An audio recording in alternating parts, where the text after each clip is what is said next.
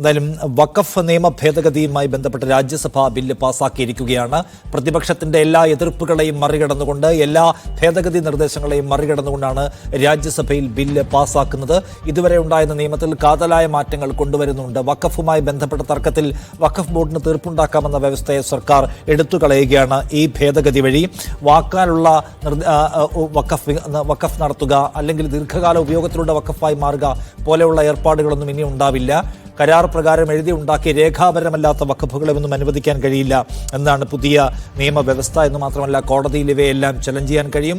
വഖഫ് commissioner എന്നതിലേക്ക് മാറ്റി ജില്ലാ കളക്ടർക്കാണ് ഇതിൽ തീരുമാനമെടുക്കാനുള്ള അവകാശം ഉണ്ടാവുക. എല്ലാ തർക്കങ്ങളിന്മേലും വഖഫ് ബോർഡിന്റെ തലപ്പത്ത് മുസ്ലിമായ ഒരാൾ വേണം എന്ന വ്യവസ്ഥ സർക്കാർ മാറ്റുകയും ഏതൊരാൾക്കും വരാം എന്ന് വരുന്നു.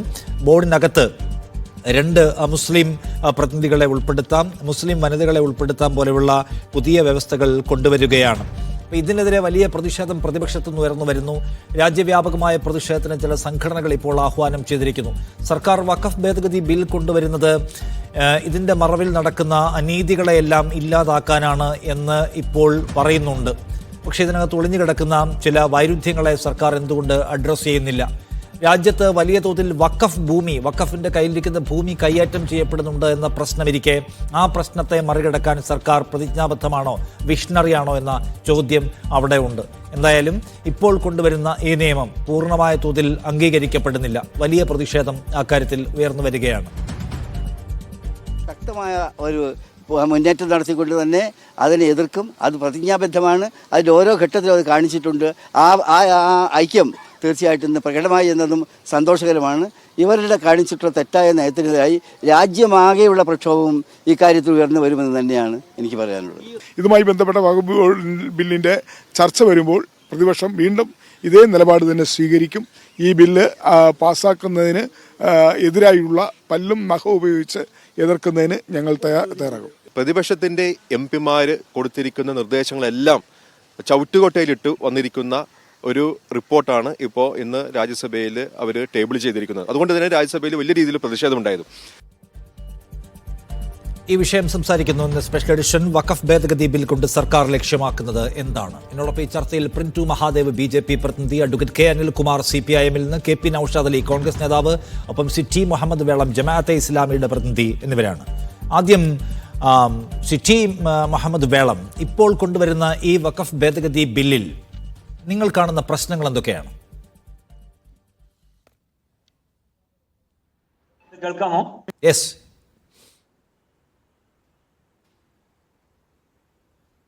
ഹലോ നിഷാദ്, ടി മുഹമ്മദ്, ഞാൻ കേൾക്കുന്നുണ്ട്.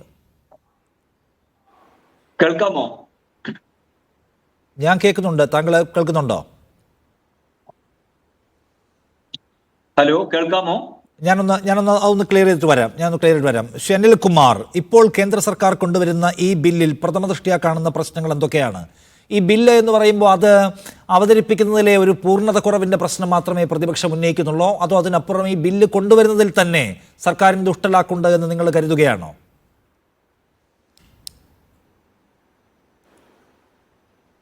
മുസ്ലിം സമുദായത്തെ തെരഞ്ഞെടുപ്പിച്ച് ആക്രമിക്കുകയും മതപരമായി ഇകഴ്ത്താൻ ശ്രമിക്കുകയും ചെയ്യുന്ന നടപടികളാണ് 11 കൊല്ലമായി നമ്മുടെ രാജ്യത്ത് ഈ ഭരണകൂടം ചെയ്തുകൊണ്ടിരിക്കുന്നത്.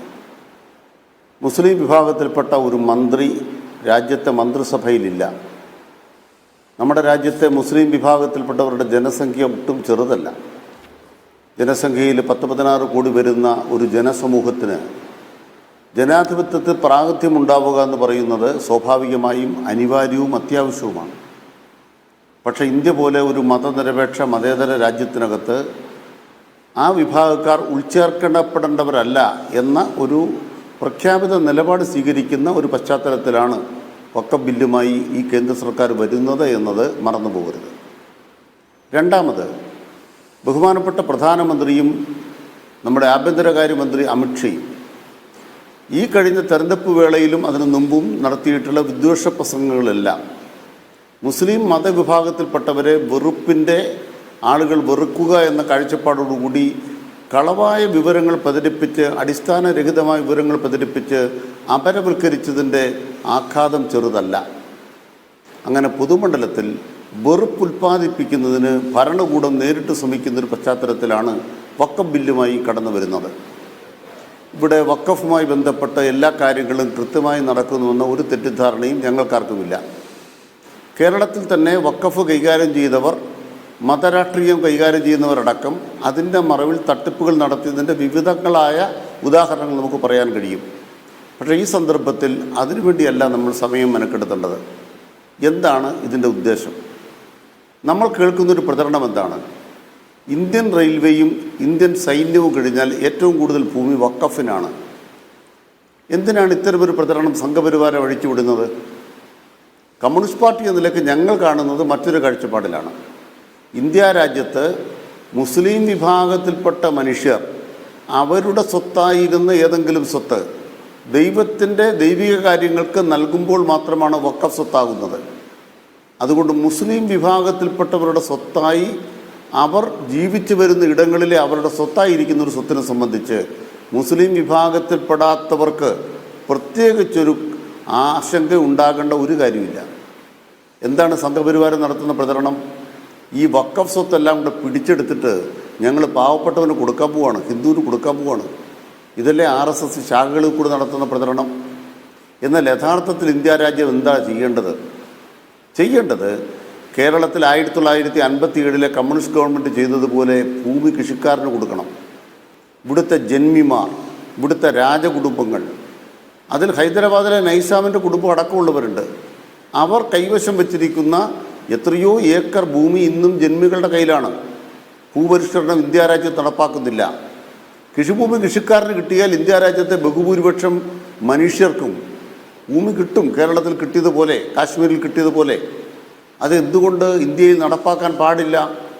അതിലേക്ക് നമ്മുടെ ചർച്ചകൾ പോകാതിരിക്കാൻ ഭൂമി എന്ന വിഷയത്തെ മതപരമായൊരു കാലുഷ്യത്തിൻ്റെ വിഷയമാക്കി തിരിച്ചുവിടുക എന്ന ഭരണകൂട തന്ത്രമാണ് വഖഫ് ബില്ലുള്ളത് എന്നുള്ളതാണ് CPMൻ്റെ സുചിന്തിതമായ അഭിപ്രായം.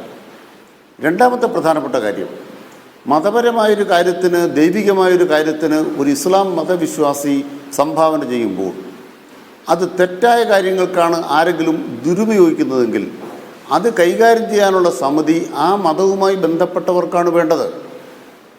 നമ്മുടെ ദേവസ്വങ്ങൾ, ഹിന്ദു ദേവസ്വങ്ങൾ രൂപപ്പെട്ടത് രാജഭരണവുമായി ബന്ധപ്പെട്ടാണ്.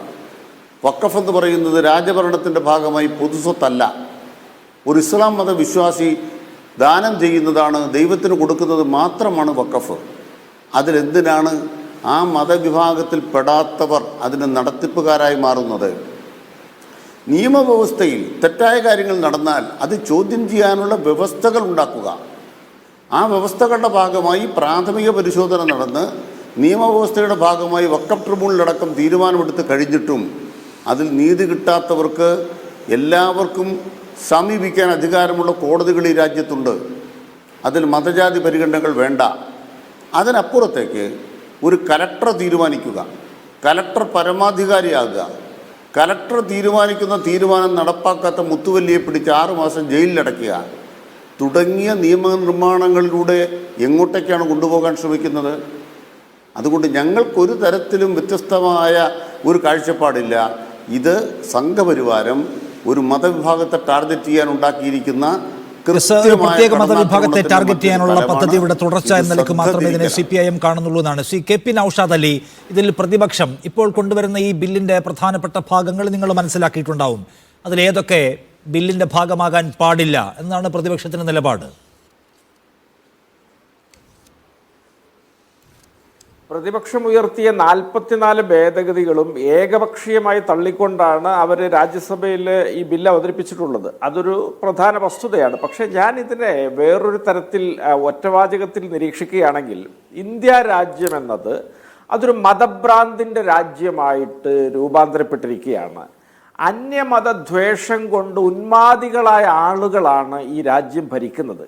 ലോക രാജ്യങ്ങൾക്ക് മുന്നിൽ തന്നെ ഈ രാഷ്ട്രം ഈ നിരപേക്ഷ മതേതരത്വ നിലപാടിൻ്റെ പേരിൽ ഒരുപാട് അഭിമാനപൂർവ്വം തലയുയർത്തിപ്പിടിച്ചൊരു രാജ്യമാണ്. ആ രാജ്യമാണ് ഇന്ന് ആ രാജ്യത്തെ ഏറ്റവും പ്രബലമായ ന്യൂനപക്ഷത്തെ ഇത്തരത്തിൽ അപരവൽക്കരിച്ചും അവരുടെ ആരാധനാക്രമങ്ങളിൽ, അവരുടെ മതവിഷയങ്ങളിൽ പോലും ഏകപക്ഷീയമായി ഇടപെട്ടും ഇത്തരത്തിലൊരു നിയമം നിർമ്മിക്കുന്നത്. നിങ്ങൾ ഓർത്തു നോക്കുക, 1923 വൈസ്രോയി മുസൽമാൻ വഖഫ് ആക്ട് ഉണ്ടാക്കുമ്പോൾ രാജ്യത്തെ മുഴുവൻ മുസ്ലിം സമുദായ നേതാക്കളെയും പണ്ഡിതന്മാരെയും വിളിച്ചുകൂട്ടി അഭിപ്രായം ആരാഞ്ഞാണ് അത് ചെയ്തത്.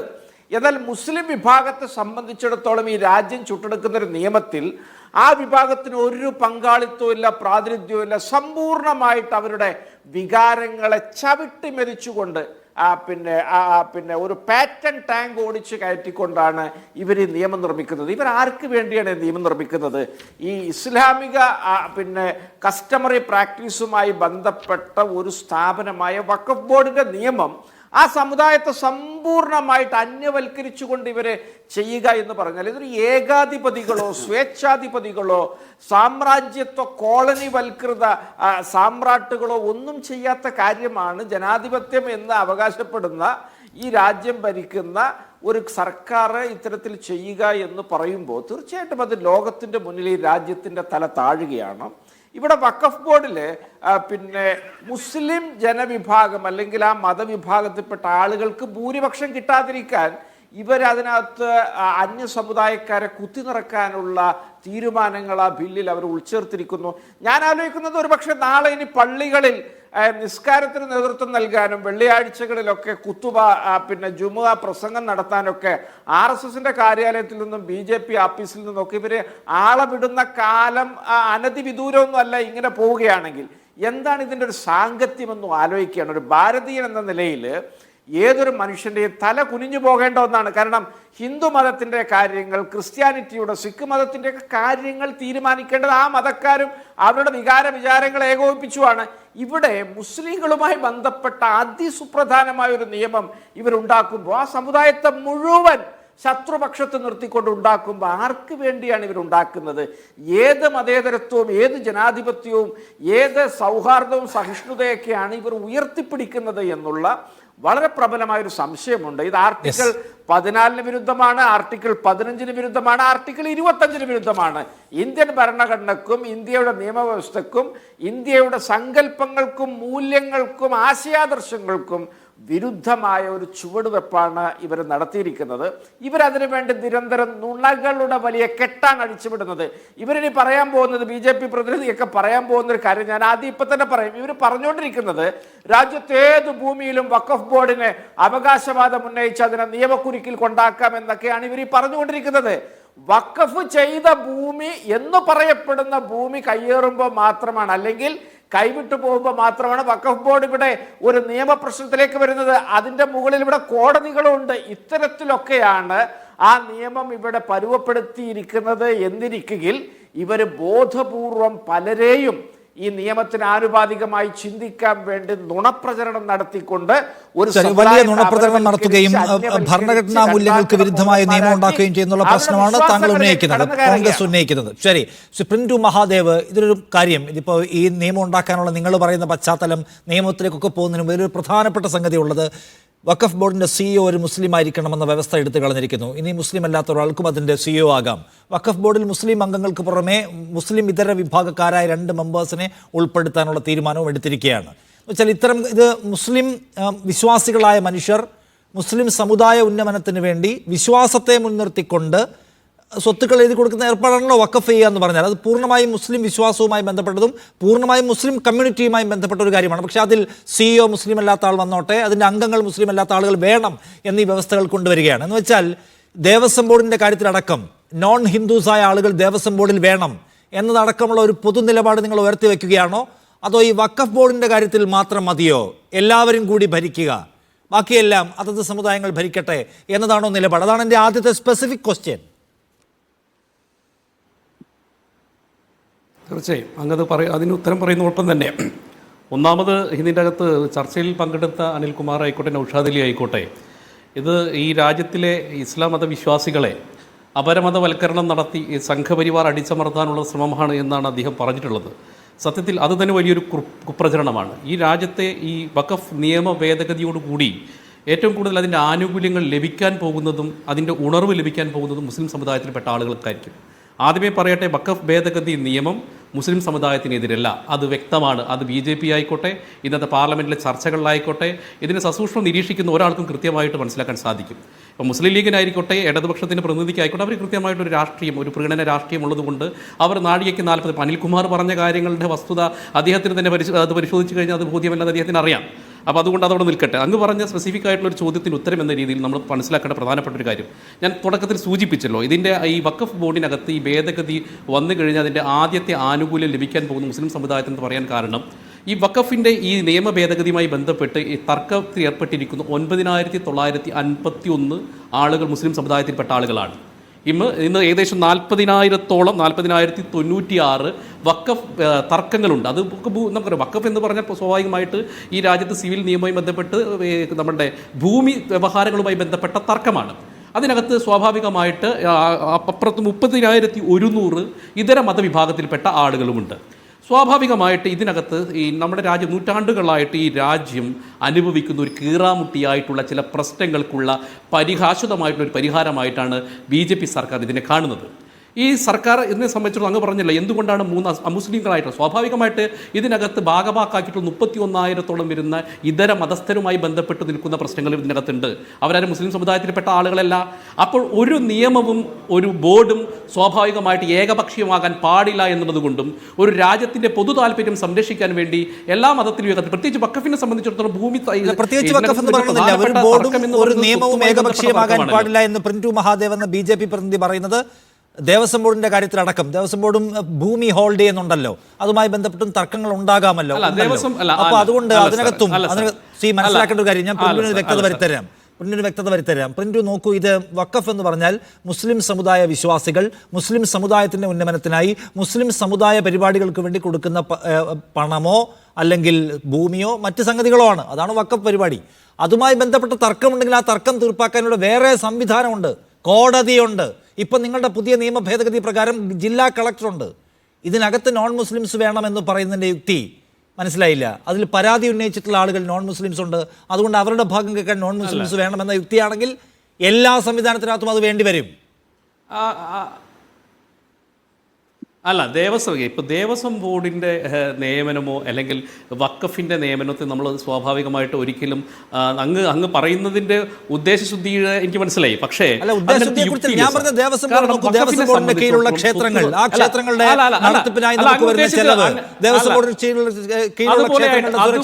എന്തെല്ലാം കാര്യങ്ങൾക്ക് പൊതുഖജനാവിൽ നിന്ന് പണം മുടക്കുന്നുണ്ട്. പൊതുഖജനാവിൽ നിന്ന് പണം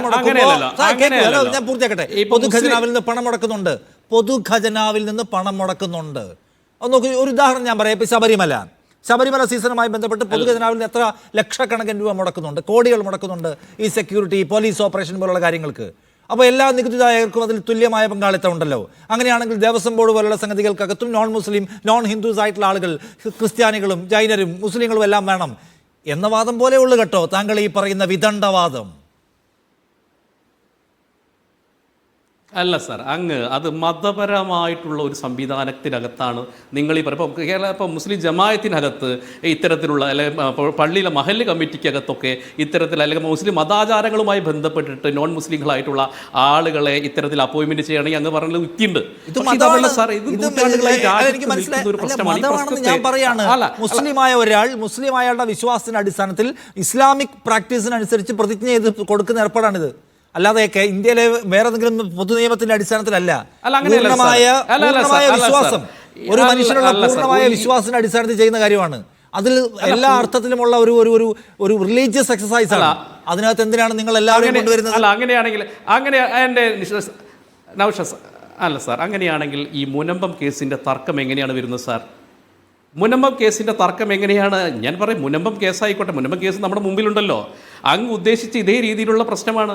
അവസാനം അവിടുത്തെ സേട്ട് നമുക്കറിയാലോ, ഇത് നമ്മൾ ഫറൂഖ് കോളേജുമായി ബന്ധപ്പെട്ട് ഭൂമി പറഞ്ഞു വഖഫ് ചെയ്തു എന്നാണ്. പിന്നീട് അദ്ദേഹം തന്നെ മാറ്റി ഇഷ്ടദാനം ചെയ്തത്. പിന്നീട് എങ്ങനെയാണ് ഈ മുനമ്പം കേസ് വരുന്നത്? 2013 നിയമത്തിൻ്റെ ഭേദഗതിക്ക് ശേഷമാണ് മുനമ്പം കേസ് വരുന്നത്. അപ്പോൾ സ്വാഭാവികമായിട്ട് നമ്മൾ മനസ്സിലാക്കണം, 1955 നിയമം, ആ നിയമത്തിനകത്ത് കൃത്യമായിട്ട് അന്ന് നെഹ്റു ആണല്ലോ കൃത്യമായിട്ട് സിവിൽ കോടതികൾക്ക് കൃത്യമായിട്ട് ഈ കേസിനകത്ത് ഇടപെടാമായിരുന്നു സാർ. ഇന്ന് പിന്നീട് ഇടപെടാൻ സാധിക്കുമായിരുന്നു. 95 സമയത്ത് 95 കൂടിയിട്ടാണ് സത്യത്തിൽ നരസിംഹറാവു അതുമായി ബന്ധപ്പെട്ട് പല ലെയറുകളും ഒറ്റയടിക്ക് ഒരു 10 മിനിറ്റിൽ പറയാൻ പറ്റുന്ന കാര്യമല്ല. എന്റെ ചോദ്യം നിങ്ങൾ നോക്കൂ, അതായത് താങ്കൾ പറഞ്ഞ പോയിന്റ് ഇതാണ്. അതായത് വഖഫിന്റെ ഭൂമിയുമായി ബന്ധപ്പെട്ട് നോൺ മുസ്ലിംസ് ആയിട്ടുള്ള ആളുകൾക്ക് ക്ലെയിം ഉണ്ട്, അവരുമായി ബന്ധപ്പെട്ട തർക്കമുണ്ട്. അതുകൊണ്ട് വഖഫ് ബോർഡിൽ തീരുമാനമെടുക്കാൻ നോൺ മുസ്ലിംസ് ആയിട്ടുള്ള ആളുകളും വേണം എന്നാണ് താങ്കളുടെ വാദം. അതാണ് താങ്കൾക്ക് പറയാനുള്ള കാര്യം. അതിന് അപ്പുറത്തേക്കൊന്നുമില്ലല്ലോ. അല്ല, ഞാൻ പറഞ്ഞത് അത് തന്നെയാണ്. ഞാൻ പറയും ഒരു രാജ്യത്തിൻ്റെ ഒരു പൊതു സംവിധാനത്തിൻ്റെ ഭാഗമാക്കിക്കൊണ്ട് ഈ രാജ്യത്തെ മുഴുവൻ ഭൂമി സംവിധാനങ്ങളും മാറിയിട്ട് ഇപ്പോൾ നോക്കൂ, ഇപ്പോൾ ദേവസ്വം ബോർഡ് ഭരിക്കുന്ന ദേവസ്വം മന്ത്രി അദ്ദേഹം ഹിന്ദു നാമധാരി മാത്രമാണ്. അദ്ദേഹം ഒരു വിശ്വാസിയാണോ? അല്ല. ഇപ്പോൾ ശബരിമലയിൽ നോക്കൂ, അദ്ദേഹം അവിടെ ആചാരാനുഷ്ഠാനം നിൽക്കുന്ന സമയത്ത് തിരിഞ്ഞു നിൽക്കുന്ന മന്ത്രിയാണ് നമ്മൾ കാണുന്നത്. അത് ഹിന്ദു സമൂഹത്തിന് സ്വാഭാവികമായിട്ട് എതിർപ്പില്ലല്ലോ. ആൾക്കാരല്ലോ. അല്ല, അത് വിടാം നമുക്ക്. അതിപ്പോൾ ഇന്ത്യയിൽ ഇപ്പോൾ ഹിന്ദു സമുദായത്തിന്റെ മുഴുവൻ അപ്പോസ്തലന്മാരായിട്ട് അഭിനയിക്കുന്ന ആളുകൾ എല്ലാവരും ശരിയായ വിശ്വാസികളാണോ എന്ന ക്വസ്റ്റ്യൻ ആർക്കും ഉന്നയിക്കാവുന്നതാണ്. ആ ക്വസ്റ്റ്യൻസ് ഇവിടെ ഉണ്ടല്ലോ. അപ്പൊ അതുകൊണ്ട് സർട്ടിഫിക്കേഷൻ ഏജൻസി എവിടെയെങ്കിലും ഉണ്ടെന്ന് എനിക്ക് തോന്നുന്നില്ല. അഭിപ്രായം പറയാണ്. ഞാനൊന്ന് വരാം. ടി മുഹമ്മദ് വേളം, ജമാഅത്തെ ഇസ്ലാമിയുടെ പ്രതിനിധി ടി മുഹമ്മദ് വേളം, മുസ്ലിം സമുദായത്തിന്റെ മുത്തലാഖ് പോലെയുള്ള നവീകരണ പദ്ധതിയുടെ ഭാഗമാണിത്. ഇതിനെ തെറ്റിദ്ധരിക്കേണ്ടതില്ല. എല്ലാം ശരിയായി നടക്കാനുള്ള സർക്കാരിന്റെ പൂർണ്ണമായ വിഷനാണ് ഇതിലൂടെ തെളിഞ്ഞു വരുന്നത്. അതുകൊണ്ട് ഇതിനെല്ലാം ഗുണപ്പെടുന്നത് മുസ്ലിങ്ങൾക്കാണെന്നാണ്.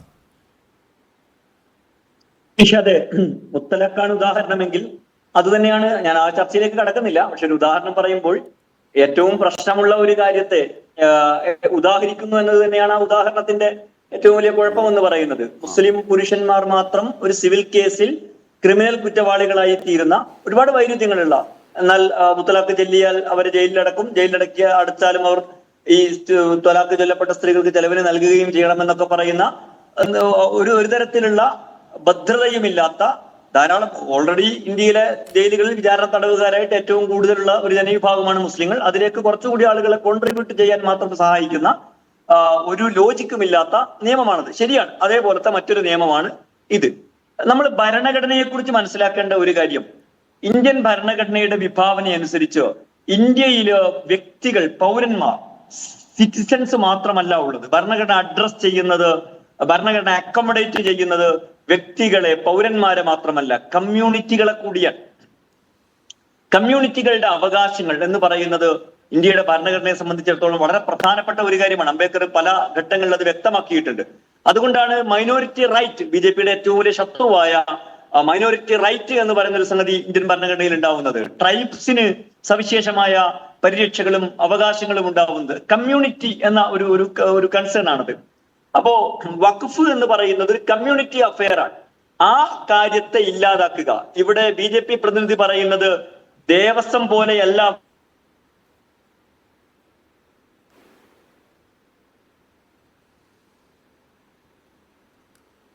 സിറ്റി മുഹമ്മദ് വേളം, അദ്ദേഹത്തിൻ്റെ വിഷ്വൽ ഒന്ന് ഫ്രീസ് ആയിട്ടുണ്ട്. ഞാനൊന്ന് മടങ്ങി വരാം. നൗഷാദ് അലിയും ഇത് കേൾക്കും. അതായത് ദേവസ്വം പോലെയുള്ള മറ്റ് സംവിധാനങ്ങൾ പോലെയല്ല, താങ്കൾ ഉന്നയിച്ചല്ലോ ഈ കാര്യം, അതുപോലെയല്ല ഈ വഖഫ് ബോർഡ് എന്ന് പറഞ്ഞാൽ അതിന് വിശാലമായ തലങ്ങളുണ്ട്. അതിൽ നോൺ മുസ്ലിംസ് വന്നേ മതിയാകൂ എന്ന തരത്തിൽ പലതരത്തിലുള്ള സങ്കീർണതയുണ്ട് എന്നാണ് അവർ വിശദീകരിക്കുന്ന ഒരു കാര്യം. അപ്പോൾ അത് എടുക്കാവുന്ന പോയിന്റാണോ അതോ അത് ലോജിക്കില്ലാത്തതാണോ?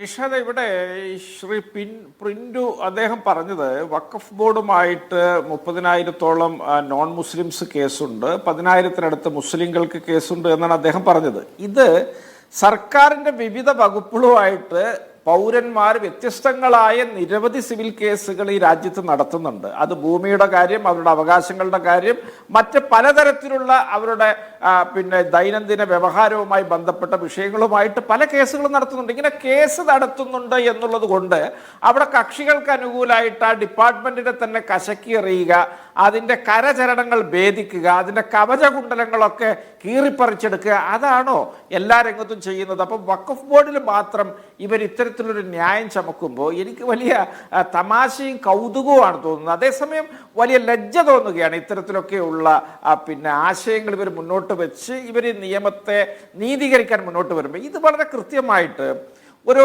ഫാസിസ്റ്റ് നീക്കം എന്ന് വേണമെങ്കിൽ പറയാം. കാരണം 1938 ഹിറ്റ്ലർ ജർമ്മനിയിൽ decree for reporting Jewish owned property എന്നൊരു നിയമം ഉണ്ടാക്കി. 4 മാസത്തിനകം മുഴുവൻ ജൂയിഷ് പ്രോപ്പർട്ടികളും സർക്കാരിന് റിപ്പോർട്ട് ചെയ്യാൻ വേണ്ടിയിട്ടുള്ള നിയമത്തിന്റെ ഭാഗമായിട്ട് റിപ്പോർട്ട് ചെയ്യിച്ചു. അന്ന് $49 ബില്യൺ അന്നത്തെ കണക്ക് പ്രകാരമുള്ള സ്വത്ത് വകകളെ ഇവരതിനുശേഷം കണ്ടുകെട്ടി ആര്യനൈസേഷൻ എന്ന പേര് ഇട്ട് വിളിക്കുകയുണ്ടായി. അതിന് സമാനമായൊരു നിയമമാണ് ഇവിടെ. 9 ലക്ഷത്തിലധികം വരുന്ന ഏക്കർ വരുന്ന വഖഫ് ഭൂമികൾ ഉണ്ട് എന്നാണ് ഇവർ കണക്ക് പറയുന്നത്. ഈ ഭൂമികൾ ദർഗകൾ, പള്ളികൾ, അനാഥാലയങ്ങൾ, മതസ്ഥാപനങ്ങൾ, അവിടെയൊക്കെ ആർക്കും കയറി വരാനും അതിനെ മുഴുവൻ വ്യവഹാരത്തിലേക്ക് വലിച്ചഴക്കാനും മുഴുവൻ മുസ്ലിം മതസ്ഥാപനങ്ങളെയും അരാജകത്വത്തിലേക്ക് തള്ളിവിടാനും പാകത്തിലുള്ള വലിയൊരു നിയമം, വലിയൊരു കഠോരമായ നിയമം, വലിയൊരു ക്രൂരതയാണ് ഇവർ ഈ രാജ്യത്തെ പ്രബല ന്യൂനപക്ഷത്തോട് ചെയ്യുന്നത്. ഇത്തരത്തിലൊക്കെ അന്യമത ദ്വേഷം കൊണ്ട് ഇങ്ങനെയൊക്കെ ഉന്മാദികളായി പെരുമാറുന്ന ഇവരൊക്കെ ഈ ജനാധിപത്യവും മതേതരത്വവും ഒക്കെ എഴുതി വെച്ചൊരു ഭരണഘടനയുള്ള ഒരു രാജ്യമാണല്ലോ ഭരിച്ചുകൊണ്ടിരിക്കുന്നത് എന്ന് ഓർക്കുമ്പോൾ അന്യമത ദ്വേഷത്തിന്റെ പ്രശ്നം, അതായത് സിറ്റി മുഹമ്മദ് മേളം താങ്കളുടെ പോയിന്റ് പൂർത്തിയാക്കണം. ദേവസ്വം ബോർഡിന്റെ കാര്യം പറഞ്ഞപ്പോഴാണ് ഫ്രീസ് ആയി പോയത്, അതിനുശേഷം കേട്ടില്ല.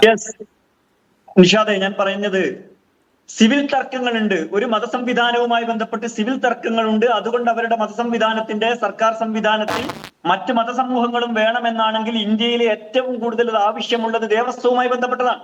കാരണം ദേവസ്വം ക്ഷേത്രഭൂമികൾ ധാരാളമായിട്ട് ഇപ്പോൾ തർക്ക വിഷയങ്ങളാവുകയാണ്. അഥവാ അല്ലെങ്കിൽ പല ക്ഷേത്രം എന്ന് പറഞ്ഞുകൊണ്ട് ക്ലെയിം ഉന്നയിക്കുകയാണ്. മറ്റു മതസമൂഹങ്ങളുടെ പേഴ്സണൽ പ്രോപ്പർട്ടികളിൽ, അവരുടെ വേർഷിപ്പ് പ്ലേസുകളിൽ ക്ഷേത്രം എന്ന് പറഞ്ഞുകൊണ്ട് ക്ലെയിം ഉന്നയിക്കുമ്പോൾ ഇത് ക്ഷേത്രമാണോ അല്ലേ എന്ന് നിശ്ചയിക്കാൻ കഴിയുന്ന ഒരു ബോഡിയിലും അതത് ആ സമൂഹങ്ങളല്ലാത്ത ആളുകളില്ല. അതുകൊണ്ട് തന്നെ ഈ ലോജിക്ക് എന്തല്ല, സിവിൽ തർക്കങ്ങളുണ്ട്, അതുകൊണ്ട് അതിൽ മറ്റു സമൂഹങ്ങളും വേണമെന്ന് പറയുന്ന ലോജിക്ക് മുസ്ലിം സമൂഹത്തിന് മാത്രം ബാധകമായി തീരുന്ന ഒന്നാണ്. മറ്റൊന്ന്, സിവിൽ കേസുകളുടെ പ്രശ്നം. വഖഫ് ബോർഡിന്റെ ചുമതല, വഖഫ് ട്രിബ്യൂണലിന്റെ ചുമതല ഇതിലെ സിവിൽ തർക്കങ്ങൾ തീർക്കലാണ് എന്ന് പറയുന്നത് തെറ്റിദ്ധാരണയാണ്. അത് ഒരു വിധി പറയുന്നു വഖഫ് ട്രിബ്യൂണലിന്റെ മുമ്പിൽ, അതിന് അപ്ലറ്റ് അതോറിറ്റി ആയിട്ട് ഇവിടുത്തെ വളരെ കോമൺ ആയിട്ടുള്ള, നേരത്തെ ഇവിടെ പലരും സൂചിപ്പിച്ചതുപോലെ എല്ലാവർക്കും സമീപിക്കാവുന്ന സിവിൽ കോടതികൾ ഇവിടെയുണ്ട്. അത് തീർത്തും സമുദായ നിരപേക്ഷമായിട്ടാണ് അത് പ്രവർത്തിക്കുന്നത്. അതിനെ സമീപിക്കാവുന്നതാണ്. അതേസമയം ഞാൻ നേരത്തെ പറഞ്ഞതുപോലെ ഓരോ മതസമൂഹങ്ങൾക്കും, ന്യൂനപക്ഷങ്ങളെ സംബന്ധിച്ചിടത്തോളം പ്രത്യേകിച്ചും ഭരണഘടന നൽകുന്ന അവരുടെ ഒരു സ്വയം നിർണയാവകാശമുണ്ട്. അവരുടെ സാംസ്കാരികമായ വ്യക്തിത്വം സംരക്ഷിക്കുവാൻ ഭരണഘടന നൽകുന്ന ആർട്ടിക്കിൾ 25-ലും മറ്റു പല സ്ഥലങ്ങളിലും ഭരണഘടന നൽകുന്ന സവിശേഷാധികാരമുണ്ട്. അതിനെ ഇല്ലാതാക്കുക അതെന്തിനാണ് ചെയ്യുന്നത് എന്ന് ചോദിച്ചാൽ, ഇവിടെ പൗരത്വ ഭേദഗതി നിയമം നടപ്പിലാക്കിയ ഒരു കക്ഷിയാണ് ഇത് നടപ്പിലാക്കുന്നത് എന്ന് നമ്മൾ മനസ്സിലാക്കേണ്ടതാണ്. അതേപോലെ ഈ രാജ്യത്തെ ന്യൂനപക്ഷങ്ങളുടെ സ്ഥാപനങ്ങൾക്കെതിരെ, മതസ്ഥാപനങ്ങൾക്കെതിരെ ഇപ്പോൾ തന്നെ അലിഗഡ് ദർഗ വരെ അത് ക്ഷേത്രമാണെന്ന അവകാശവാദം ഉന്നയിച്ചു കൊണ്ടിരിക്കുന്ന, അതേപോലെ ഇങ്ങനെയുള്ള ധാരാളം കേസുകൾ ഈ രാജ്യത്ത് സൃഷ്ടിച്ചുകൊണ്ടിരിക്കുന്ന ഒരു കക്ഷി നേതൃത്വം നൽകുന്ന ഗവൺമെന്റാണ് ഇത്രയും കാലം ഈ രാജ്യത്ത് ഈ സമൂഹത്തിനുണ്ടായിരുന്ന ഒരു അവകാശവും അധികാരവും എടുത്തു കളയാൻ ശ്രമിക്കുന്നത്. അത് എന്തിനാണ് എന്ന് വളരെ വ്യക്തമല്ലേ? സാമാന്യ ബുദ്ധിയും ബോധവുമുള്ള ഏതൊരാൾക്കും മനസ്സിലാക്കാൻ കഴിയുന്ന, അവർ ഇതിന് പുറത്തും ചെയ്തുകൊണ്ടിരിക്കുന്ന അലിഗഡ് ദർഗയുടെ ക്ലൈം പോലെയുള്ള മറ്റ് നിരവധി പള്ളി പ്രശ്നങ്ങൾ പോലെയുള്ള, ദർഗാ പ്രശ്നങ്ങൾ പോലെയുള്ള വിഷയങ്ങളിൽ കാര്യങ്ങൾ കുറെ കൂടി എളുപ്പമാക്കാൻ, ബാബരി പ്രശ്നം എങ്ങനെയാണ് ഈ രാജ്യത്ത് പരിഹരിക്കപ്പെട്ടത്, അല്ലെങ്കിൽ അവിടെ എങ്ങനെയാണ് രാമക്ഷേത്രം നിർമ്മിച്ചത് എന്ന് നമുക്കറിയാം. പക്ഷെ അതിന് സ്വാഭാവികമായും ഈ രാജ്യത്തെ ഭരണഘടനയും നിയമവ്യവസ്ഥയും ഒരുക്കിയ പലതരത്തിലുള്ള വൈതരണികൾ അവരുടെ മുമ്പിൽ ഉണ്ടായിരുന്നു. ആ വൈതരണികളെ എല്ലാം ഇല്ലാതാക്കിയിട്ട് മുസ്ലിം സമൂഹത്തിന്റെ ആരാധനാലയങ്ങളെയും സ്വത്തുക്കളെയും ഇല്ലാതാക്കുവാനും അതിനെ പരിവർത്തനം നടത്തുവാനും ഈ രാജ്യത്തെ മുസ്ലിം പേരുള്ള നഗരങ്ങളുടെ പേര് മാറ്റുക എന്നത് ഗവൺമെന്റിനെ ഉപയോഗിച്ചുകൊണ്ട് സംഘപരിവാർ നടത്തിക്കൊണ്ടിരിക്കുന്ന ഒരു പദ്ധതിയാണ്. ഇതിന് സമാനമായിട്ട് ഇതൊരു വംശ ഉന്മൂലന പരിപാടിയാണ് എന്നതാണ് നമ്മൾ മനസ്സിലാക്കേണ്ടത്. വഖഫിനെതിരായ കയ്യേറ്റങ്ങളെ നമ്മൾ പഠിച്ചു നോക്കിയാൽ ചരിത്രത്തില് അത് നേരത്തെ ഇവിടെ നൗഷാദ് അലി ആന്റി സെമിറ്റിസവുമായി ബന്ധപ്പെട്ട ജൂതന്മാർക്കെതിരായ ഹിറ്റ്ലറുടെ നടപടിയിൽ എങ്ങനെയാണ് അവരുടെ പ്രോപ്പർട്ടിയെ കൈകാര്യം ചെയ്തത് എന്ന് പറഞ്ഞു. മുസ്ലിം സമൂഹത്തിന്റെ ചരിത്രം പരിശോധിച്ച് നോക്കിയാലും സ്പെയിനില് മുസ്ലിം ഉന്മൂലനത്തില് അവിടുത്തെ വഖഫ് പ്രോപ്പർട്ടികളെ ആ ഭരണകൂടം എങ്ങനെയാണ് ഈ വംശോന്മൂലനത്തിന്റെ ഭാഗമായിട്ട് കൈകാര്യം ചെയ്തിട്ടുള്ളത് എന്ന് ചരിത്രത്തിൽ നമുക്ക് കാണുവാൻ സാധിക്കും. ഒരു മുസ്ലിം സമുദായത്തിനെതിരായ വംശീയ പദ്ധതിയുടെ ഭാഗമായി മാത്രമേ ഇതിനെ കാണാൻ കഴിയൂ എന്നാണ് ഇരിക്കുന്നു. മുസ്ലിം പേഴ്സണൽ ലോ ബോർഡ് രാജ്യവ്യാപകമായ പ്രതിഷേധ പദ്ധതികളുമായിട്ട് മുന്നോട്ട് പോകുന്നു. ഒരർത്ഥത്തിൽ അതും ഇതിനകത്ത് സംഘ് പരിവാർ കാണുന്ന ഒരു ലക്ഷ്യമാണല്ലോ, വലിയ പ്രതിഷേധം ഉയർന്നു വരിക. അവർ പൗരത്വ നിയമത്തിൻ്റെ കാര്യത്തിൽ അത് പയറ്റി നോക്കിയതാണ്. മറ്റ് പല കാര്യങ്ങളിലും അവർക്ക് ആ ലക്ഷ്യമുണ്ട്. അപ്പുറത്തുനിന്ന് പ്രതിഷേധം ഉണ്ടായി വരിക, ആ പ്രതിഷേധത്തെ മുൻനിർത്തിക്കൊണ്ട് ഒരു ഡിവൈഡിൻ്റെ സാധ്യത തേടുക, അതിലേക്ക് കൂടി അവർക്ക് വേഗത്തിൽ അടുക്കാൻ കഴിയുന്നില്ലേ ശ്രീ അനിൽകുമാർ? സത്യത്തിൽ ഇപ്പോഴത്തെ ഈ ഡെവലപ്മെൻറ്റും ഉണ്ട്. ഒരിക്കലുമില്ല. നിങ്ങൾ നിലപാടിൽ ഉറച്ച് നിർഭയമായി ഇന്ത്യ രാജ്യത്ത് യുദ്ധം ചെയ്യുകയാണെങ്കിൽ BJP പുറകോട്ട് പോകുമെന്നുള്ളൊരു തെളിവാണ് കഴിഞ്ഞ ലോക്സഭാ തെരഞ്ഞെടുപ്പ്. ആ തെരഞ്ഞെടുപ്പിൽ BJPയെ പിന്നോക്കം വായിച്ചത് ഇന്ത്യയിൽ നടന്ന സമരങ്ങളാണ്. എല്ലാ മതവിശ്വാസികളും വിശ്വാസികളല്ലാത്തവരും അവരുടെ ജീവിത പ്രശ്നങ്ങൾ ഉയർത്തി സമരത്തിലേക്ക് പോകണം. അപ്പോൾ ഇത്തരം ചർച്ചകളെല്ലാം കുഴിച്ചു മൂടപ്പെടും. നമ്മളതിൻ്റെ രണ്ട് ഭാഗത്ത് പിടിക്കുമ്പോഴാണ് BJPക്ക് ഇത് ഗുണകരമായി തീരുന്നത്. ഇവിടെ ശബരിമല വഖഫിൻ്റെതായി തീരും, അല്ലെങ്കിൽ കാൽപ്പാത്തി വഖഫിൻ്റെതായി തീരും എന്നെല്ലാം ഈ വിഷനാവ് കൊണ്ട് ഇവർ സംസാരിക്കുന്നത് എന്തുകൊണ്ടാണ്? അങ്ങനെ ഉണ്ടാവില്ല എന്ന് ഇവർക്ക് തന്നെ നന്നായിട്ടറിയാം. പക്ഷേ ആളുകളെ പരിഭ്രാന്തരാക്കുകയാണ്. ഹിന്ദുമത വിശ്വാസികളെ ഇല്ലാത്ത കാര്യം പറഞ്ഞ് തടുത്തുകൂട്ടി തങ്ങളുടെ കുടുക്കീടിലാക്കാനുള്ള കള്ളത്തരമാണത്. അതുകൊണ്ട് തന്നെ ഇത്തരം ഒരു കാര്യങ്ങളും നിലനിൽക്കുന്നില്ല. വഖഫ് ബോർഡ് ഭൂവുടമയാണോ? ആദ്യം തന്നെ ഇവർ മനസ്സിലാക്കേണ്ടത് വഖഫ് ബോർഡ് ഭൂവുടമയല്ല. വഖഫ് ബോർഡ് എന്ന് പറയുന്നത് അത് മാനേജ് ചെയ്യാൻ മാത്രം അധികാരപ്പെട്ട ഒരു റെഗുലേറ്ററി അതോറിറ്റിയാണ്, നിയന്ത്രണ സംവിധാനമാണ്. വഖഫായി വന്ന ഭൂമിയോ വസ്തുവോ മുതലോ കൊള്ള ചെയ്തുകൊണ്ട് പോകാതിരിക്കാനുള്ള ഗാർഡിയൻ മാത്രമാണ് വഖഫ് ബോർഡ്. അത് വഖഫ് ഭീകരത, എന്തൊരു വാക്കാണ് ഇവിടെ വഖഫ് ഭീകരത. ഇതൊക്കെ ഉണ്ടാക്കുന്ന ബിരുദന്മാർ വന്നിരുന്നിട്ട് പറയുകയാണ് ഞങ്ങളെല്ലാം നന്നാക്കാൻ പോവാണ്. ഇവിടെ പറഞ്ഞല്ലോ എന്താണ് തുല്യതയുള്ള, അതാണ് ഏകപക്ഷീയം പാടില്ല. വഖഫ് ഭീകരത എന്ന് പറയുന്നത് ഏകപക്ഷീയതയല്ലേ? ഏകപക്ഷീയത ഇല്ലെങ്കിൽ പിന്നെ ആ ബാബർ മസ്ജിദ് പൊളിച്ചെടുത്ത് അമ്പലം പണിതപ്പോൾ ഇപ്പറേ ഒരു 5 ഏക്കറിൽ ഒരു പള്ളിയും കൂടെ വെക്കാൻ ആ കോടതി വിധിയിലില്ലേ? ഇതുവരെ ചെയ്യാത്ത എന്താ നിങ്ങളുടെ നേതാക്കന്മാർ? അപ്പോൾ എല്ലാം ഏകപക്ഷീയമാണ്. പിന്നെ ശബരിമലയുടെ 18ാം പടിയിൽ കയറി തിരിഞ്ഞു നിന്നത് മന്ത്രിയല്ല കേട്ടോ, വത്സൻ തില്ലങ്കേരിയാണ്. നിങ്ങളുടെ ഹിന്ദു ഐക്യവേദിയുടെ നേതാവ്, RSSൻ്റെ നേതാവാണ്. ഇത്തവണ ഇവരാരും അങ്ങോട്ട് പോയില്ല. അതിൻ്റെ ഗുണം അവിടെ കണ്ടു. വത്സൻ തില്ലങ്കേരി പോയില്ല, K. സുരേന്ദ്രൻ പോയില്ല, ശശികല പോയില്ല, RV ബാബു പോയില്ല. അതുകൊണ്ട് എന്തുപറ്റി? ചരിത്രത്തിൽ ഏറ്റവും കൂടുതൽ ആളുകൾ പങ്കെടുക്കുകയും ഏറ്റവും സമാധാനപരമായി അവിടെ സുഖദർശനം നടക്കുകയും ഏറ്റവും കൂടുതൽ വരുമാനം കിട്ടുകയും ചെയ്ത ഒരു ശബരിമല കാലമാണ്. അതാണ് ആളുകൾ, മതവിശ്വാസികൾ, ഹിന്ദുമത വിശ്വാസികൾ ആഗ്രഹിക്കുന്ന ഒരു ശബരിമല. ഇവിടെ ഒരു കാര്യം നമ്മൾ മറന്നു പോകരുത്. ജമാഅത്തെ ഇസ്ലാമി ഇക്കാര്യത്തിൽ സംസാരിക്കുമ്പോഴാണ് മുമ്പ് പറഞ്ഞ നിഷാദ് റാവുത്തർ പറഞ്ഞ വിഷയം വരിക. ജമാഅത്തെ ഇസ്ലാമിക്ക് ഇത് പറയാനുള്ള അവകാശം എന്താണ്? ഞാൻ 1953 പഞ്ചാബ് പ്രവിശ്യയിൽ, പാകിസ്ഥാനിലെ പഞ്ചാബ് പ്രവിശ്യയിൽ നടന്ന അഹമ്മദിയ വിഭാഗക്കാരെ വംശഹത്യ നടത്തിയതിനെതിരായി നടന്ന ആ കൊലപാതക പരമ്പരകളിൽ ഒരു അന്വേഷണ കമ്മീഷൻ റിപ്പോർട്ടുണ്ട്. നസർ കമ്മീഷൻ റിപ്പോർട്ടാണ്. ആ റിപ്പോർട്ടിൻ്റെ ഒരു ഭാഗം നോക്കുകയായിരുന്നു. അതിൽ ബഹുമാനായ ശ്രീ മദൂദി പറയുന്നത് എന്താണ്? ജമാഅത്തെ ഇസ്ലാമിയുടെ സ്ഥാപകൻ, നിങ്ങൾ ന്യൂനപക്ഷക്കാരെ പാകിസ്ഥാനിൽ ഇത്ര മ്ലേച്ഛമായി വംശഹത്യ നടത്തുമ്പോൾ ഇന്ത്യയിലെ മുസ്ലിങ്ങളുടെ അനുഭവം നിങ്ങൾ എന്തായിരിക്കും? ഈ മുസ്ലിങ്ങളോട് ഇവിടുത്തെ ഹിന്ദുമത വിഭാഗത്തിൽപ്പെട്ട ഭൂരിപക്ഷം ഇങ്ങനെ പെരുമാറിയാൽ നിങ്ങൾ എന്ത് പറയും? എന്താ ഇതിന് പറയുന്നതെന്നറിയാം ഉത്തരം? മ്ലേച്ഛന്മാരെയും അതുപോലെ തന്നെ ജാതിയിൽ താഴ്ന്നവരായി എന്ന് കരുതപ്പെട്ടിരുന്ന ചാതുർവർണ്ണത്തിൽപ്പെട്ട ശൂദ്രന്മാരോടും എങ്ങനെയാണോ ഹിന്ദുമതം പെരുമാറുന്നത് അതുപോലെ പെരുമാറുന്നതിന്, മുസ്ലിങ്ങളോട് പെരുമാറുന്നതിന് എനിക്ക് പരാതിയൊന്നുമില്ല എന്ന് മൊഴി കൊടുത്തയാളാണ് മദൂദി. അപ്പോൾ RSSും ജമാഅത്തെ ഇസ്ലാമിയും ഒരു നാണയത്തിൻ്റെ മറുപുറമാണ്. ഈ രണ്ടു കൂട്ടർ ഈ വിഷയത്തിൽ നിന്ന് വിടണം. മതനിരപേക്ഷ രാഷ്ട്രീയ പാർട്ടികൾ കൈകാര്യം ചെയ്യട്ടെ. ഇവിടെ നെഹ്റുവിൻ്റെ കാര്യം പറഞ്ഞു, ഇന്ദിരാഗാന്ധിയുടെ കാര്യം പറഞ്ഞു, ജഗദാംബിക പാല് അവതരിപ്പിച്ചിട്ടുള്ള പ്രതിപക്ഷത്തിൻ്റെ വാദങ്ങൾ തള്ളിയിട്ടുള്ള ആ പാർലമെൻ്ററി കമ്മിറ്റിയുടെ റിപ്പോർട്ട് 446 പേജുണ്ട്. ചരിത്രം എല്ലാം പറയുന്നുണ്ട്. ആ ചരിത്രം വായിച്ചു കഴിഞ്ഞാൽ തന്നെ ഇത് ഇപ്പോൾ കൊണ്ടുവന്നിരിക്കുന്നൊരു ഒരാവശ്യമില്ലെന്ന് വ്യക്തമാണ്. ഏതെങ്കിലും തരത്തിൽ കൂടുതൽ വ്യക്തത വേണമെങ്കിൽ അതിനാവശ്യമായ നിയമ ഭേദഗതികൾ എല്ലാവരെയും ഉൾച്ചേർത്ത് കൊണ്ടുവരണം. അതിനു പകരം പ്രതിപക്ഷത്തെ എല്ലാം പുറത്താക്കിക്കൊണ്ട് ഞങ്ങളെന്തോ പ്രതിപക്ഷത്തെ പുറത്താക്കുന്നു, എല്ലാവരെയും ഉൾച്ചേർക്കുന്നില്ല, പ്രത്യേകിച്ച് അതിന്റെ എഫക്റ്റഡ് പാർട്ടിയെ ഉൾപ്പെടുത്തുന്നില്ല എന്ന പ്രശ്നമുണ്ട്. അല്ല, സുപ്രീം മഹാദേവ്, ഞാൻ ജമാഅത്തെ ഇസ്ലാമിയുടെ പ്രതിനിധിയുടെ മറുപടിയിലേക്ക് വരുന്നതിന് മുമ്പ് സുപ്രീം മഹാദേവ്, ഇതിലൊരു പ്രധാനപ്പെട്ട കാര്യമുണ്ടല്ലോ. ഇതൊരു വലിയ വിഭാഗം മനുഷ്യരെ എഫക്റ്റ് ചെയ്യുന്നതാണ്.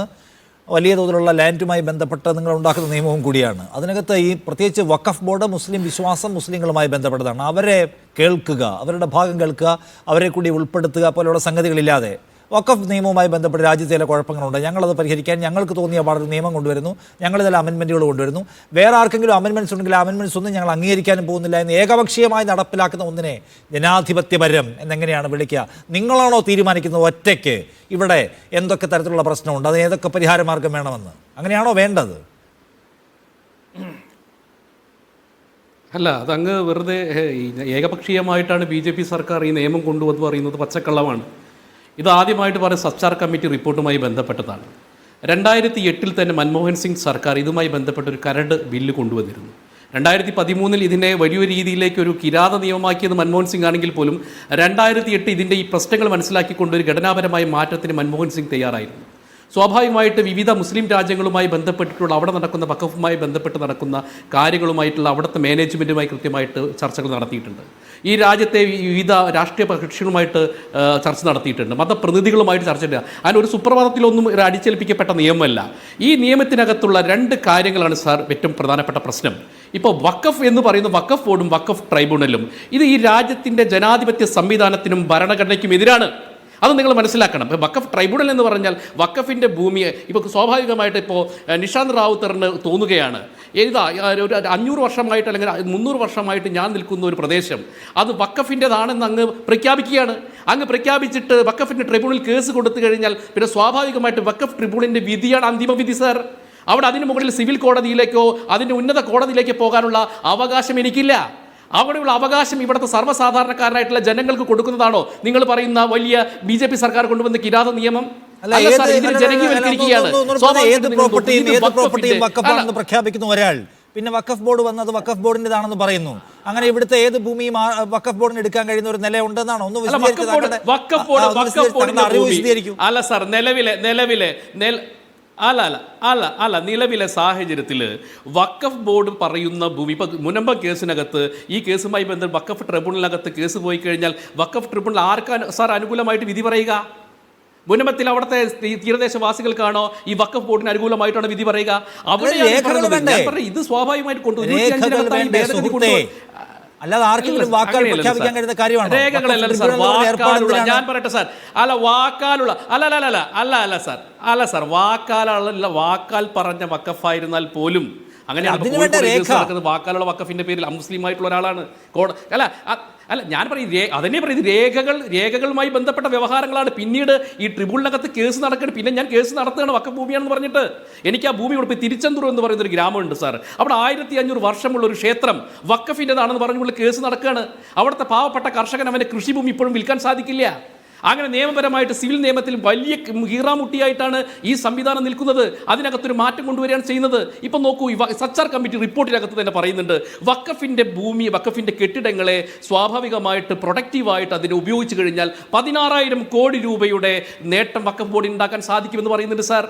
ഈ നിയമ ഭേദഗതി വരുമ്പോൾ ആ 16,000 കോടി രൂപയുടെ നേട്ടമുണ്ടാകുന്നത് വഖഫ് ബോർഡിന് ഇവിടുത്തെ മുസ്ലിം സമുദായത്തിനുമല്ല സാർ. അതിന് നേട്ടം ഉണ്ടാക്കി കൊടുക്കുന്ന കേന്ദ്ര സർക്കാരാണ്, നരേന്ദ്രമോദി സർക്കാരാണ്. നിങ്ങൾ ഇതിന് അന്ധമായിട്ടുള്ള ഒരു മതപരിപ്രേക്ഷ്യത്തിൻ്റെ മാത്രം അർത്ഥത്തിൽ കണ്ടുകൊണ്ട് നിങ്ങളിങ്ങനെ കാടടച്ച് വെടിവെക്കരുത്. ഇതിനകത്ത് സത്യസന്ധമായിട്ട് ചില കാര്യങ്ങളുണ്ട്, ചില കിരാത നിയമങ്ങളുണ്ട്. ഇപ്പോൾ ഈ സെക്ഷൻ 40 എന്ന് പറയുന്നത് കിരാത നിയമമാണ്, അത് സാർ മാറ്റും. ഇപ്പോൾ സ്വാഭാവികമായിട്ട് ഇതിന് പാർലമെൻറ്റിനകത്ത് ചർച്ച നടത്താമായിരുന്നല്ലോ. ഇപ്പോൾ പറയുന്നത് വിയോജിപ്പുകൾ തന്നെ രേഖപ്പെടുത്താമെന്ന് അമിത്ഷാ അടക്കം പറഞ്ഞിട്ടുണ്ട്. നോക്കൂ, ക്രിയാത്മകമായ ചർച്ചകൾക്ക് പകരം അവിടെ നടന്നത് എന്താണ്? തെരുവ് ഗുണ്ടകളെ പോലെയല്ല JBCയുടെ അംഗങ്ങൾ, കോൺഗ്രസിൻ്റെ പ്രതിനിധികൾ അവിടെ പ്രഖ്യാപനങ്ങൾ നടത്തിയത്, അവിടെ ആക്രമണം നടത്തിയത്. കല്യാൺ ബാർജി എന്ന് പറയുന്ന വ്യക്തി അദ്ദേഹത്തിൻ്റെ കയ്യിലെ ഗ്ലാസ് എടുത്തിട്ട് അടിക്കുകയാണ്. ഇതാണോ ചർച്ച? ആധികാരികമായ ഒരു വിഷയത്തിനകത്ത് ചർച്ച നടക്കുന്ന സമയത്ത്, സംവാദം നടക്കുന്ന സമയത്ത് അതിനുള്ള അവസരമുണ്ടായിരുന്നു പ്രതിപക്ഷങ്ങൾക്ക്. അവർ അത് നടത്തിയോ? അവർ പ്രതിപക്ഷം ബഹളം ഉണ്ടാക്കിക്കൊണ്ട് ഗോബാക്ക് പ്രതിപക്ഷത്തിനുള്ളിൽ പോലും ഇത് വരണമെന്നുണ്ട്. അതുകൊണ്ടാണ് അവർ ഗോബാക്ക് പറഞ്ഞത് ആശയപരമായിട്ടുള്ള ഒരു സംവാദത്തിന് എടുക്കുന്നില്ല എന്ന് തീരുമാനിച്ചാൽ പിന്നെ ചർച്ച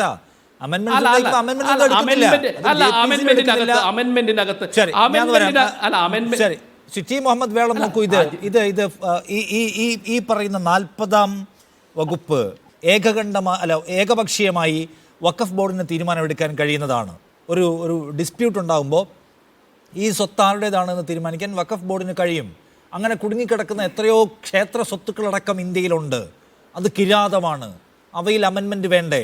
അതിനെ എന്തുകൊണ്ടാണ് കുറച്ചുകൂടി ആധുനികമായി കാണാത്തതെന്നാണ് വളരെ നിഷ്കളങ്കരൂപിയായ ചോദ്യം പ്രിന്റു മഹാദേവിൻ്റെ. നിഷാദ്, ഞാൻ അതിലേക്ക് വരുന്നതിന് മുമ്പ് നേരത്തെ ഇവിടെ അനിൽകുമാർ പറഞ്ഞ ജമാഅത്തെ ഇസ്ലാമിയുമായി ബന്ധപ്പെട്ട കാര്യത്തിൽ വ്യക്തത വരുത്തേണ്ടതുണ്ട് എന്ന് തോന്നുന്നു. അതിനെക്കുറിച്ച് എനിക്ക് പറയാനുള്ളത്, പാകിസ്ഥാനിലെ ഖാദിയാനി വിരുദ്ധ കലാപത്തെ കുറിച്ച് അദ്ദേഹത്തോട് പരാമർശിക്കുകയുണ്ടായി, മുനീർ കമ്മീഷൻ റിപ്പോർട്ടോടെ ഉദ്ധരിക്കുകയുണ്ടായി. അതിനെക്കുറിച്ച് എനിക്ക് പറയാനുള്ളത്, ഒരു കളവ് ആവർത്തിച്ച് പറയുന്നത് കൊണ്ട് സത്യമാവുകയില്ല എന്ന് അനിൽകുമാറും അദ്ദേഹത്തെ പോലുള്ളവരും മനസ്സിലാക്കുന്നത് നല്ലതാണ്. മുനീർ കമ്മീഷൻ റിപ്പോർട്ടിൽ മൗദൂദിയുടേതായുള്ള ഉദ്ധരണിയെ കുറിച്ച് ആ മനുഷ്യൻ, നിങ്ങൾ ആർക്കെതിരെയാണോ ഈ അലിഗേഷൻ നടത്തുന്നത്, ആ മനുഷ്യൻ എന്താണ് പറഞ്ഞത്? മുനീർ കമ്മീഷൻ എന്ന് പറയുന്നത് ഒരു മനുഷ്യനാണ്, വളരെ മൗദൂദിയോട് അങ്ങേയറ്റത്തെ വിരോധമുണ്ടായിരുന്ന ഒരു മനുഷ്യൻ. അതിനെക്കുറിച്ച് അബുല്ലാല മൗദൂദി പറഞ്ഞ കാര്യം, മുനീർ സാഹിബ് എന്റെ വാചകങ്ങൾ എന്ന് പറഞ്ഞ് അദ്ദേഹത്തിന്റെ വാചകങ്ങൾ എന്റെ വായിൽ തിരുകി വെച്ചതാണ്. ഇത് വളരെ മൗദൂദി ആര് പഠിച്ചു നോക്കിയാലും അറിയാവുന്ന വളരെ പ്രസിദ്ധമായ കോട്ടാണ്.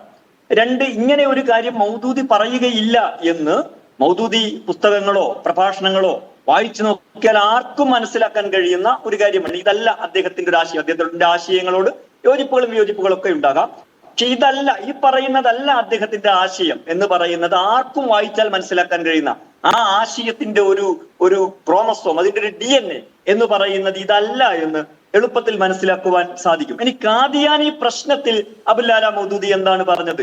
അദ്ദേഹം പറഞ്ഞത് ഖാദിയാനികൾ മുസ്ലിങ്ങളല്ല. കാരണം ഇസ്ലാമിന്റെ അടിസ്ഥാന വിശ്വാസ പ്രമാണം എന്ന് പറയുന്നത് ദൈവം ഏകനാണെന്നും മുഹമ്മദ് ദൈവത്തിന്റെ അവസാനത്തെ ദൂതനാണ് എന്നതുമാണ്. മുഹമ്മദ് ദൈവത്തിന്റെ അവസാനത്തെ ദൂതനാണെന്ന് അംഗീകരിക്കാത്ത 20-ാം നൂറ്റാണ്ടിൽ പാകിസ്ഥാൻ അവിഭക്ത ഇന്ത്യയിലെ പഞ്ചാബിൽ ജീവിച്ചിരുന്ന മിർസ ഗുലാം അഹമ്മദ് എന്ന് പറയുന്ന ഒരാൾ നബിയാണ് എന്ന് വിശ്വസിക്കുന്ന ഒരു സെക്റ്റാണ് ഖാദിയാനികൾ എന്ന് പറയുന്നത്. മൗദൂദി അവരെ ആക്രമിക്കണമെന്ന് പറഞ്ഞ് ആരെയും ആക്രമിക്കരുത് എന്നതാണ് അദ്ദേഹത്തിന്റെ നിലപാട്. എന്ന് മാത്രമല്ല, ഈ വഖഫ് ഭേദഗതി ബില്ലിന്റെ ചർച്ചയിൽ ഇത് ഉന്നയിക്കുമ്പോൾ അബുല്ലാല മൗദൂദി പറഞ്ഞൊരു കാര്യം വളരെ പ്രസക്തമാണ്. എന്താണ് ഖാദിയാനികളുടെ വിഷയത്തിൽ അബുല്ലാല മൗദൂദി പറഞ്ഞത്? അവരെ മൈനോരിറ്റി ആയിട്ട്, പാകിസ്ഥാനിലെ ഹിന്ദുക്കളെയും ക്രിസ്ത്യാനികളെയും ബുദ്ധരെയും ജൈനരെയും ഒക്കെ പോലുള്ള ഒരു മൈനോരിറ്റി വിഭാഗമായിട്ട് അംഗീകരിക്കുകയും അവർക്ക് മൈനോരിറ്റി എന്ന നിലക്കുള്ള എല്ലാ പരിരക്ഷയും നൽകണം, അവർക്ക് റിസർവേഷൻ നൽകണം എന്നാണ് അബുല്ലാല മൗദൂദി പറഞ്ഞത്. അവിടെ കലാപം നടന്നിട്ടുണ്ട്, ശരിയാണ്. ആ കലാപത്തിന് മൗദൂദി കാരണം ഉത്തരവാദിയല്ല. ആ കലാപം നടത്തിയവർ വേറെ പല ആളുകളുമാണ് എന്നല്ല. എന്താണ് ആ വിഷയത്തിൽ മൗദൂദി ശ്രമിച്ചിട്ടുള്ളത്? അവരുമായിട്ടുള്ള ഡിബേറ്റിനാണ്. ഇത് ഇവരുടെ കാര്യത്തിൽ മാത്രമല്ല, പാകിസ്ഥാനിൽ കമ്മ്യൂണിസ്റ്റ് പാർട്ടി നിരോധിച്ചപ്പോൾ നിരോധിക്കരുത് എന്നതായിരുന്നു മൗദൂദിയുടെ നിലപാട്. നിങ്ങൾ അന്ന് ഗവൺമെന്റിനോട് മൗദൂദി ചോദിച്ചു, നിങ്ങൾ എന്തിനാണ് നിരോധിക്കുന്നത്? അവർ ഭയങ്കര ഇസ്ലാം വിരുദ്ധരാണ്, അവരെ വിട്ടേക്കൂ, അവരുമായിട്ട് ഞങ്ങൾ സംവാദത്തിന്, ഞങ്ങൾ അവരെ തെരുവിലും ഞങ്ങൾ അവരെ സ്റ്റേജിലും പേജിലും നേരിട്ട് കൊള്ളാം. കമ്മ്യൂണിസ്റ്റ് പാർട്ടി പ്രതിനിധിയോട് എനിക്കൊരു കാര്യം കൂടി പറയാനുണ്ട്. ഈ സോവിയറ്റ് റഷ്യയിലെ മധ്യേഷ്യൻ റിപ്പബ്ലിക്കുകളുണ്ട്, ഇന്നും ആ റിപ്പബ്ലിക്കുകളുണ്ട്, ഉസ്ബെക്കിസ്ഥാൻ, കസക്കിസ്ഥാൻ പോലുള്ള.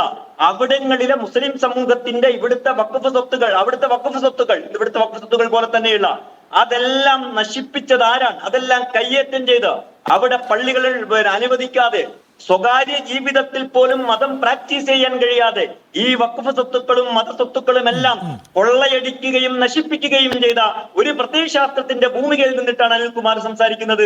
ഇന്ത്യയിൽ നിങ്ങളെക്കുറിച്ച് ഞങ്ങൾക്ക് ആശങ്കയില്ല. കാരണം എന്താന്ന് ചോദിച്ചാൽ, പല്ലും നഖവും കൊഴിഞ്ഞുപോയ ഒരു കമ്മ്യൂണിസ്റ്റ് പാർട്ടി അതിന്റെ ദ്രംഷ്ടകളും തേറ്റകളും ഇന്ത്യയിൽ പുറത്തെടുത്തിട്ട് മുസ്ലിം സമൂഹത്തെ വിഴുങ്ങിക്കളയും എന്ന ആശങ്ക ഞങ്ങൾക്ക് ഇല്ലാത്തത്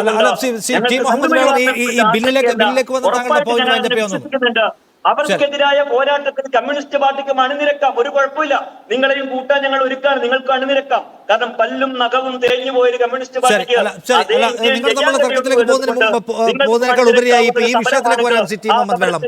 ഈ വിഷയത്തിലേക്ക് വരാം. കിരാത സ്വഭാവം ഉണ്ടായിരുന്ന, ഏകപക്ഷീയ സ്വഭാവം ഉണ്ടായിരുന്ന ഒരു തീർപ്പ് കമ്മിറ്റിയിൽ തിരുത്തു വരുത്തേണ്ടതുണ്ടെന്നാണ് പ്രിന്റു പറഞ്ഞത്. ഇത് ഞാൻ നേരത്തെ സൂചിപ്പിച്ചു.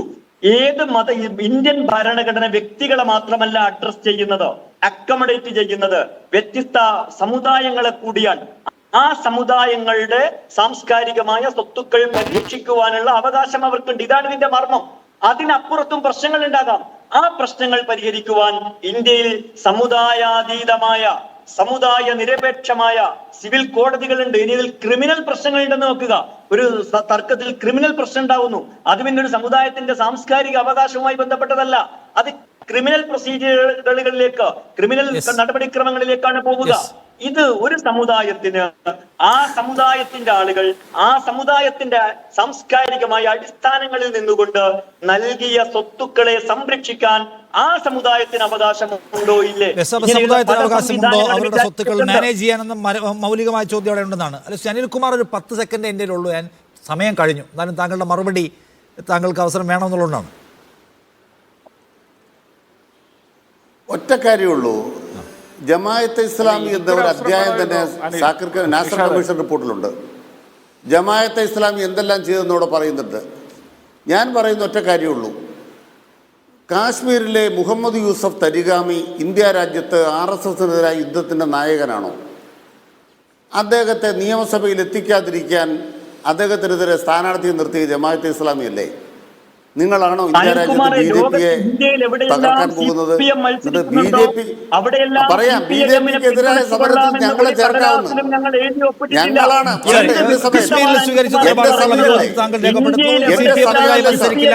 ഞങ്ങൾക്കില്ല എന്നാണ് ജമാഅത്തെ ഇസ്ലാമി പറഞ്ഞത്. നൗഷാദ് അലി, ഞാൻ അവസാനിപ്പിക്കുമ്പോൾ നൗഷാദ് അലി ഇതിനകത്ത് BJP ഒരു രാഷ്ട്രീയത്തിന്റെ സാധ്യതകളെ നേരത്തെ പ്രിന്റു മഹാദേവ് വളരെ തെറ്റിദ്ധാരണാജനകമായ ഒരു കാര്യം പറഞ്ഞു.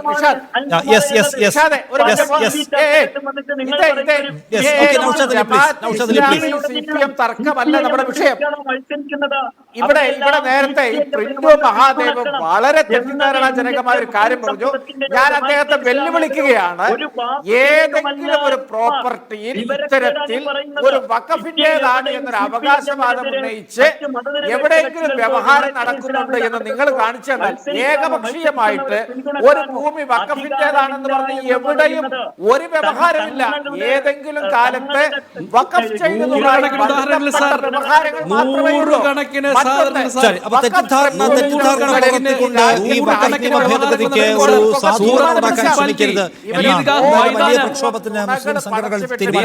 പ്രതിപക്ഷവും. Thank you. ഈ ചർച്ചയിൽ പങ്കെടുത്ത എല്ലാവർക്കും ഇടവേള.